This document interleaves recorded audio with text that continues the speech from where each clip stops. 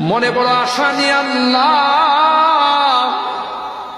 তোমার শাহী দরবারে ভিক্ষুকের মতো হাত বাড়াইলা। তুমি যদি ক্ষমা না করো, কে আমাদেরকে ক্ষমা করবে? কে আমাদের মাফ করবে? ভিক্ষুকে একজনের কাছে ভিক্ষা না পেলে আরেকজনের কাছে পায়।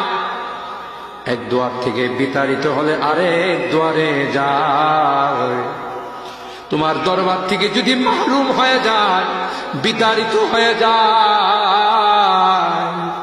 কার কাছে যাব? কে আমাদেরকে ক্ষমা করবে? মালিক রে, কাঙ্গালের মতো হাত বাড়াইলাম, তাওবা করতেছি, আর জীবনে কোনোদিন নামাজ ছাড়ব না, আর জীবনে কোনো গুনাহ করব না, আর জীবনে কোনোদিন বেপরদায় চলব না।